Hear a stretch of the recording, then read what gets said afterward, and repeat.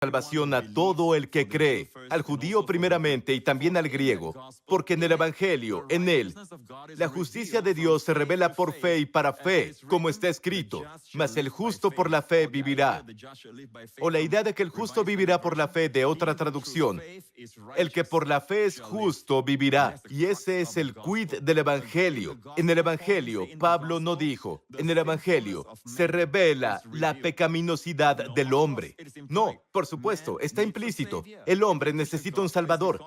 Si predicamos el Evangelio es porque el hombre está perdido en el pecado, está implícito. Pero el Evangelio no es una revelación del pecado del hombre. El Evangelio es una revelación del don de justicia que Dios pone a disposición de todo hombre por lo que Cristo hizo en la cruz. ¡Aleluya! Ahora vayamos a Romanos capítulo 5, versículo 19. Porque así como por la desobediencia de un hombre los muchos fueron constituidos pecadores, así también por la obediencia de uno los muchos serán constituidos justos. Si te hago la pregunta, ¿por qué eres justo hoy? ¿Es por tu obediencia? No. Es por la obediencia de un hombre. ¿Quién es él? Jesús.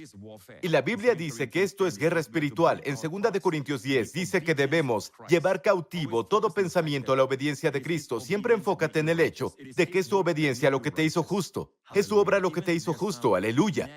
Incluso si hay alguna tentación persistente o pecado que siempre te está afectando, amigo, solo sigue confesando quién eres. El diablo quiere definirte por tu hábito.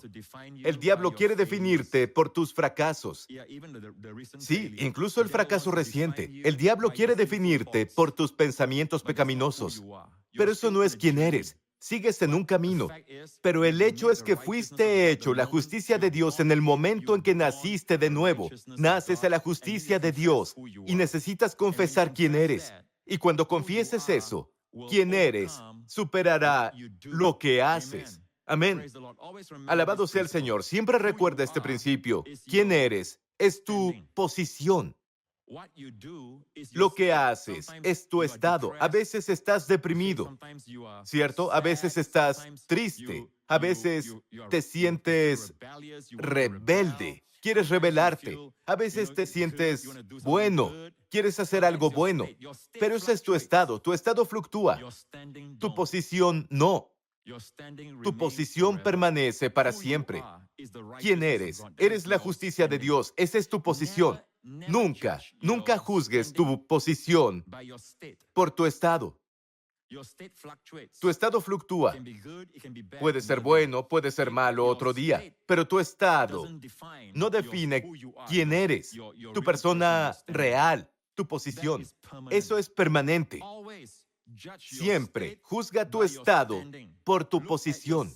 Mira tu pecado directamente a los ojos. No lo niegues, no lo justifiques. Míralo y di, esto no es lo que soy. No soy una persona resentida, no soy una persona enojada, no soy una persona deprimida, no soy una persona temerosa. Eso no es lo que soy. Yo soy la justicia de Dios en Cristo. Juzga tu estado por tu posición. Nunca dejes que el diablo te diga que eres tu estado, que tu estado te define. Nunca juzgues tu posición por tu estado. Y esto es algo que debemos recordar todos los días. ¿Verdad, iglesia? Entonces, veamos Romanos 5 otra vez. Inmediatamente después de eso, nos dice en el versículo 20, pero la ley se introdujo para que el pecado abundase. Permítanme detenerme aquí y reformular esto. La gracia es la provisión. La ley es la demanda. Entonces, ¿por qué se dio la ley? Nos dice, pero la ley se introdujo para que el delito, el pecado, mostrara su abundancia. Mas cuando el pecado abundó, sobreabundó la gracia. Así vemos, donde el pecado, pleonazo, donde el pecado aumentó, la palabra allí abundar para el pecado no es la misma en la gracia abundó. Es una palabra diferente. De nuevo, dos palabras griegas separadas. Donde abunda el pecado es la palabra pleonazo, que significa que puedes cuantificarlo, aumentar. De hecho, es la palabra para aumentó, aumentar, donde del pecado aumentó. Ahora, miren esto. La otra palabra para abundar. La gracia abunda mucho más. Esta palabra aquí es periseuo. Periseuo es que ya está desbordado. Periseuo es llenar tu copa hasta que la copa desborde. rebosando. Esa es la palabra periseuo. Periseuo es más que aumentar. Cuando aumenta se puede cuantificar. Periseuo no se puede cuantificar. Es como las estrellas en el cielo. Nadie las puede contar. Amén. Excepto Dios. Dios sabe el número de las estrellas. Es como el polvo que está en el suelo. Nadie puede contarlo. Las cosas que no puedes cuantificar. Para eso se usa la palabra periseuo y se usa para la idea de algo que se desborda. Pero entonces, la palabra uper en el griego se añade a la palabra periseuo. Uper, periseuo. Ahora, uper es de donde obtenemos nuestra palabra en español hoy, hiper. En otras palabras, ya se desborda. Periseuo ya se desborda. Pero uper es esto, encima de eso. Se agrega encima. ¿Encima de qué? Encima del desbordamiento. Alabado sea el Señor. Gracias, Jesús. Entonces, donde aumenta el pecado, ubicación. Donde aumenta el pecado, mira tu propia vida. Donde el pecado aumentó. Donde había la mayor dificultad en esa área. ¿Verdad? Esa es el área donde la gracia de Dios sobreabunda. Amén. Incluso en el área de la debilidad, mi gracia es suficiente para ti, porque mi fuerza se perfecciona en la debilidad, ¿cierto? Dios dijo eso. Mi desafío siempre ha sido, incluso en la escuela secundaria, yo tartamudeaba, balbuceaba. Desde que tengo memoria, siempre estoy tartamudeando y balbuceando, y ni siquiera puedo unir una oración, mucho menos ponerme de pie y dar un discurso. Entonces, un maestro llegaba a la clase y siempre me hacía pararme para que leyera para la clase, por la pura alegría de ver mis orejas enrojecerse y a las chicas de la clase reírse, y me sentía tan avergonzado de esta debilidad que tenía.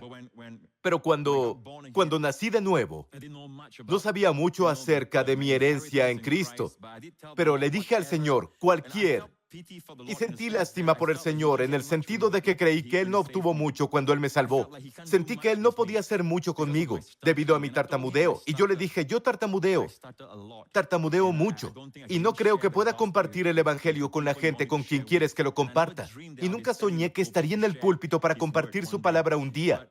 Pero solo compartirlo con un amigo no creo que pueda, le dije al Señor. Así que, si no te importa, Señor, te serviré de otras maneras, pero de todos modos, Señor, te doy mi vida entera, más mi tartamudeo, más mi debilidad.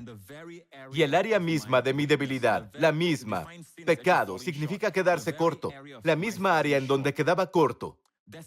Esa es el área en la que la gracia de Dios sobreabunda. Y a veces sobreabunda tanto, cielos, que solo quiero seguir y seguir y seguir. Pero no se preocupen, tengo el tiempo, el reloj justo enfrente de mí, así que los dejaré ir.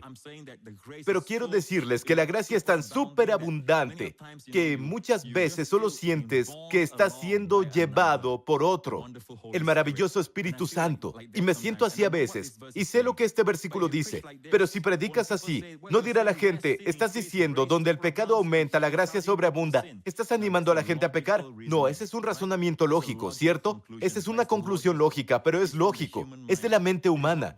No es divino. No es lógica divina, no es razonamiento divino. Miren en este versículo.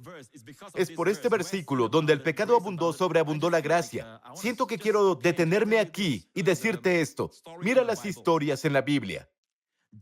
David tuvo tantos hijos, más de 10 hijos, pero de todos los hijos, ¿a quién eligió Dios? Dios escogió al de Betsabé, Salomón, para convertirse en rey. De todas las mujeres, de todas las esposas que tuvo David, de todos los hijos que tuvo, más de 10. ¿Quién es el que Dios escogió? El que nació de Betsabé. Ahora, ¿quién es Betsabé? La señora con la que David cometió adulterio.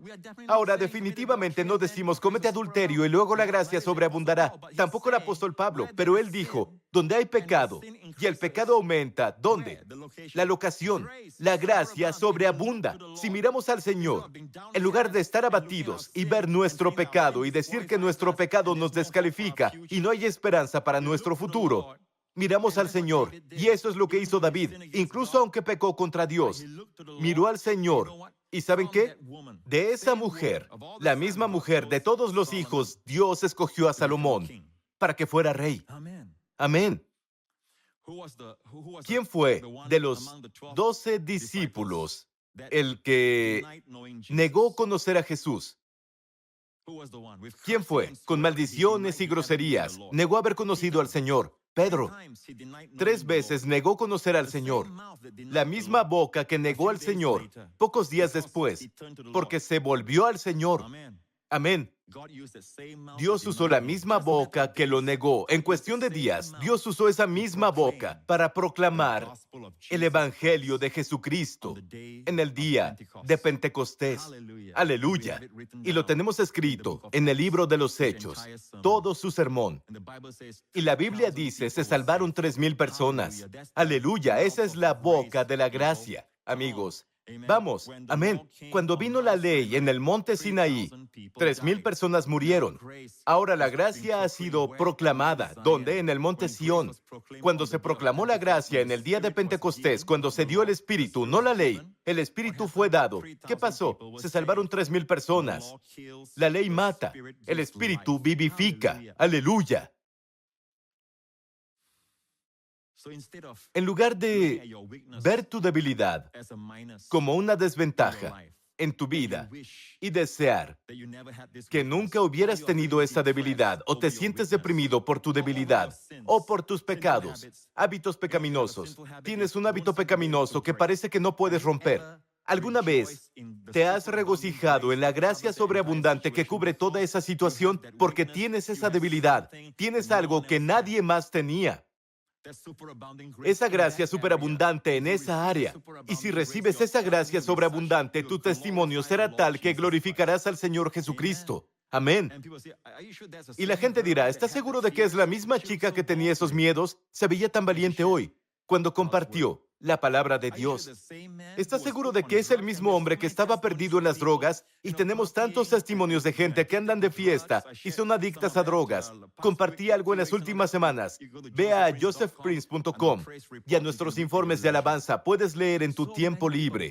Tantas personas esclavas de adicciones, de hábitos pecaminosos, especialmente en la pornografía, hoy en día están limpias. Aleluya.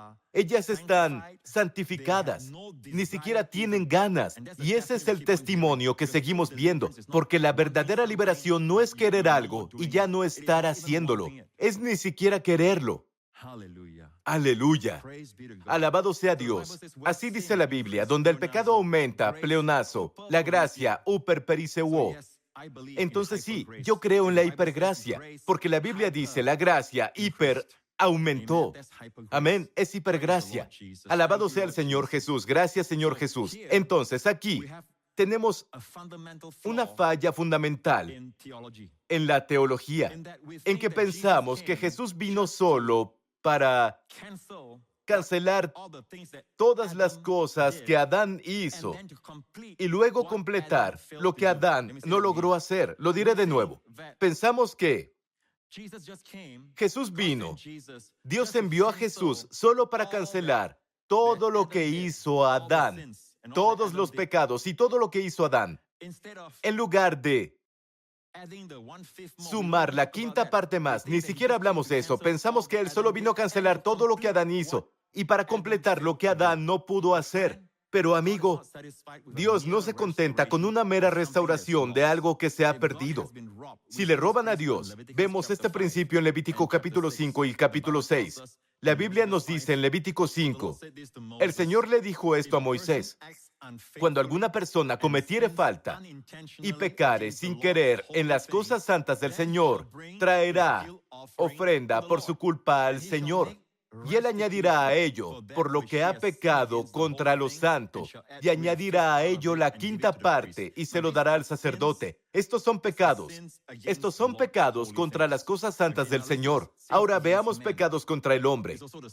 También es lo mismo, también es otra categoría de ofrenda por la culpa. Habló el Señor a Moisés diciendo, cuando una persona pecare e hiciere prevaricación contra el Señor y negare el derecho legítimo de su prójimo con respecto a un depósito o una fianza que se le ha confiado, o bien robare o calumniare a su prójimo, o habiendo hallado lo perdido y después lo negare, y jurar en falso, de modo que peca acerca de cualquiera de las cosas que la gente hace. Como pueden ver, estos son pecados contra un prójimo. Entonces, habiendo pecado y ofendido, restituirá aquello que robó o el daño de la calumnia. Noten en el versículo 5, o cualquier cosa sobre la cual haya jurado falsamente, él hará restitución para él en su totalidad y añadirá a él un quinto más. La dará a aquel a quien pertenece en el día que presente su ofrenda por la culpa. ¿De acuerdo? Está muy claro que el que ha hecho mal a su prójimo debe traer un carnero. Él debe traer una ofrenda por la culpa, una imagen de Jesús, y luego tiene que restaurar, reparar el daño, enmendar. Amén. Tiene que hacer restitución con el precio total, el precio íntegro de lo que ha robado, añadirle un quinto, lo que significa un 20%. 20%, un quinto es un 20% añadido a la cosa. Ahora, porque habla de la ofrenda por la culpa, todo este asunto, estas dos categorías de pecado contra el Señor y pecado contra el hombre, todo está hablando de la ofrenda por la culpa, la naturaleza de la ofrenda por la culpa. Sabemos quién es la ofrenda por la culpa, tu ofrenda por la culpa y la mía. Nuestro Señor Jesucristo en la cruz se convirtió en nuestra ofrenda por la culpa. De hecho, Isaías nos lo dice en Isaías, el famoso pasaje sobre la obra de Jesús en la cruz dice, pero el Señor quiso quebrantarlo, sujetándolo a padecimiento. La traducción de Young dice, Él lo ha enfermado. Cuando su vida, noten esto, cuando haya puesto su vida en expiación por el pecado. Entonces, esta es la ofrenda por la culpa, porque la palabra Asham significa expiación. La palabra para expiación por el pecado es Asham. Así que esta es la palabra usada por Isaías, Asham. Entonces Jesús, su vida se convirtió en expiación por el pecado para ti y para mí. Y amigo, no olvides, si Jesús se convirtió en la expiación por el pecado, al Señor, Jesús se hace responsable. Él responde. Amén. Para restaurar a Dios todo lo que le hemos robado a Dios. Y luego devolvernos todo lo que hemos pecado y perdido. Amén. O nuestros pecados contra otra persona. Él es quien va a restaurar. No solo el precio completo, sino un 120%. Ahora Dios ordenó toda esta ofrenda por la culpa de tal manera que su Hijo sea glorificado. Sabemos que Jesús es la expiación por el pecado. También que nos restaura a todos nosotros a causa del Salmo 69. Si ven el Salmo 69, dice en el versículo 4, se han aumentado más que los cabellos de mi cabeza los que me aborrecen sin causa. Noten esta frase, los que me aborrecen sin causa. Jesús dijo eso de él, de sí mismo. Jesús dijo la noche en el aposento alto, él dice esto, pero esto es para que se cumpla la palabra que está escrita en su ley, sin causa, me aborrecieron. Jesús está hablando de sí mismo. Se refirió este salmo a sí mismo. Ahora regresemos al Salmo 69. Por lo tanto, vayamos directamente a la última línea. Y he de pagar, yo el Señor pago, lo que no robé, devolví lo que no quité. El Señor se volvió la ofrenda por la culpa y restauró lo que no quitó. Él hizo restitución de lo que no robó ni quitó. Reparó aquellas cosas que él no dañó. Si ven el principio de restauración, incluso en el hijo pródigo se fue de casa, llevó un estilo de vida licencioso y finalmente se encontró en la posilga. Pero cuando llegó a la casa del padre, el padre le dijo, saquen la mejor ropa, pónganle un anillo en su mano y calzado en sus pies. Piénsenlo, al hijo, y maten al ternero engordado. Al hijo nunca le habían dado ese anillo. Y por lo que sabemos, nunca tuvo la mejor ropa. Porque el hermano mayor también dijo, yo nunca tuve el ternero engordado. Pero el hijo que volvió a casa de una vida de pecado, una vida que era imprudente, no le importaron los sentimientos de su padre por él. Volvió quebrantado, vacío, y sin embargo recibido a causa del becerro engordado, la imagen de la ofrenda, Jesucristo, a causa de la ofrenda por la culpa, se convirtió en ganador, que donde abunda el pecado, sobreabunda la gracia. Esta es la teología del Evangelio de gracia. No es la idea de que Jesús vino y solo retomó donde Adán lo dejó. No, no, no, es mucho más que eso. Es por lo que la palabra mucho más aparece en Romanos 5 veces, el número de la gracia. 5 veces aparece, mucho más, mucho más, mucho más. Por ejemplo, pues si por la transgresión de uno solo, que es Adán, reinó la muerte por aquel hombre, y vemos cómo reina la muerte, es total. Dentro de 100 años, ni una sola persona que me ve seguirá viva. O estás con Jesús, o el rapto llegó. Quiero decir, o no estarás cerca. No estarás vivo en la tierra, ¿verdad? La muerte es total. Sin embargo, Jesús ha vencido a la muerte. Gloria al Señor, porque si por la transgresión de uno solo la muerte reina por uno, Adán, mucho más, aleluya, mucho más los que reciben la abundancia de la gracia y el don de la justicia reinarán en la vida por medio de Jesucristo. Amén. Si recibes abundancia de gracia, ¿y sabes qué? No es un poco de gracia. Sí, escucho de la gracia, Pastor Prince. Escucho que habla de la gracia. No, amigo, tú necesitas tener una abundancia de predicación de la gracia para que la gente reciba una abundancia de gracia. Amén.